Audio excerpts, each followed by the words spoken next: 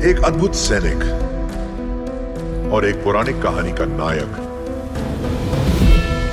तुम्हारा भाई जिसे देवता मानते हैं। जब वो आएंगे, और वो जरूर आएंगे,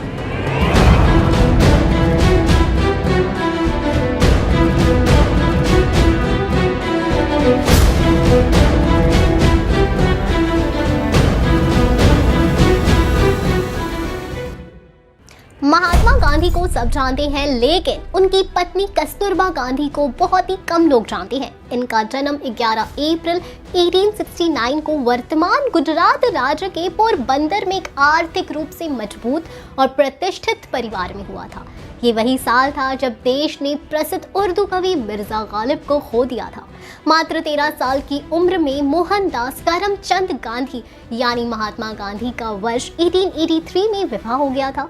इसी साल अमेरिका और ब्राजील के बीच टेलीफोन का संचार शुरू हुआ।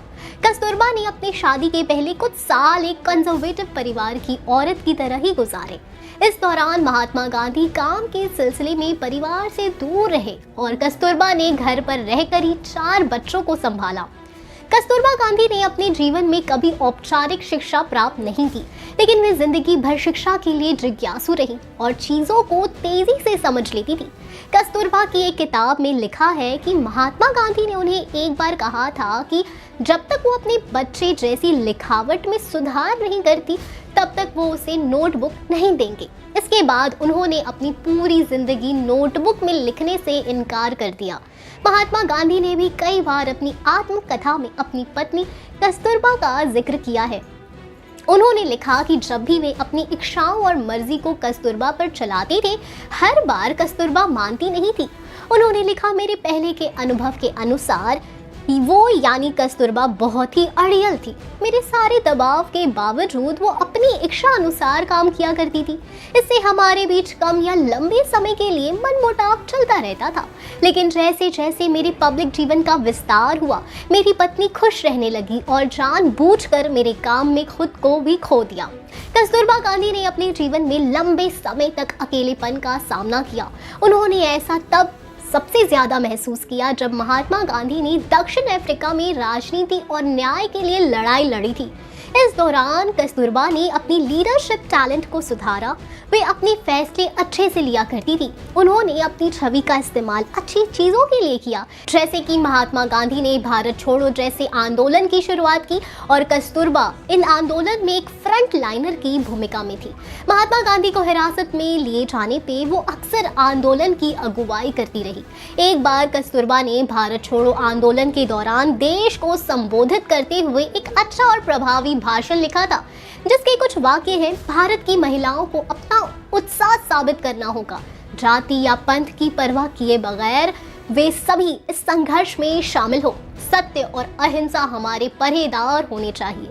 कस्तूरबा गांधी अक्सर जनता को संबोधित करती रही और उन्हें देश की स्वतंत्रता के लिए लड़ने के लिए प्रोत्साहित करती रही।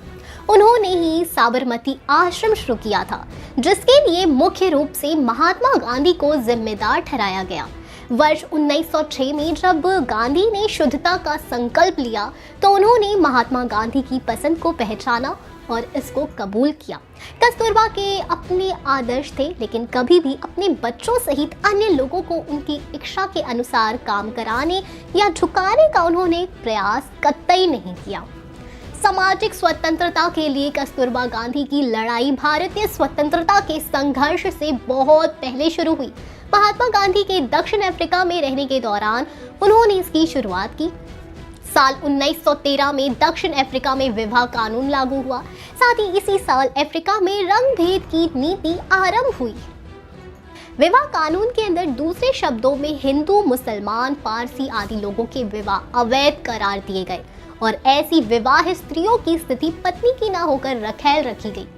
इसके कानून के विरोध में कस्तूरबा ने कुछ अन्य महिलाओं के साथ आंदोलन किया, जिसके लिए उन्हें 3 महिलाओं के साथ 3 महीने की जेल की सजा दी गई। फलाहार के कारण कस्तूरबा को 3 महीने जेल में आधे पेट भोजन पर रहना पड़ा। जब वो जेल से छूटी तो उनका शरीर ठठरी यानी हड्डियों का ढांचा कंकाल मात्र रह गया था। कस्तूरबा गांधी की असहयोग और सविनय अवज्ञा आंदोलन में सक्रिय उपस्थिति थी। वे अपनी ज्यादा उम्र के बावजूद जनता को अंग्रेजों के खिलाफ अहिंसक आंदोलन में ले गए। आखिरी बार उन्हें भारत छोड़ो आंदोलन में उनकी सक्रियता के लिए गिरफ्तार किया गया था। पुलिस द्वारा गलत व्यवहार के कारण उनके शरीर पर काफी तनाव पड़ा। कस्तूरबा गांधी ने 22 फरवरी 1944 को इस दुनिया से अलविदा कह दिया, यानी आज़ादी से 3 साल पहले ही। इसी साल सुभाष चंद्र बोस की आज़ाद हिंद फौज ने बर्मा के रास्ते भारत में प्रवेश किया था। भारत में बाज से नाम से विख्यात कस्तूरबा अपने आप में एक बड़ी शख्सियत थी। उन्हें सिर्फ महात्मा गांधी की पत्नी भर कहना इतिहास और सच्चाई से मुंह मोड़ना जैसा है, लेकिन इतिहास में उनकी पहचान मात्र बापू की पत्नी से ही होती है।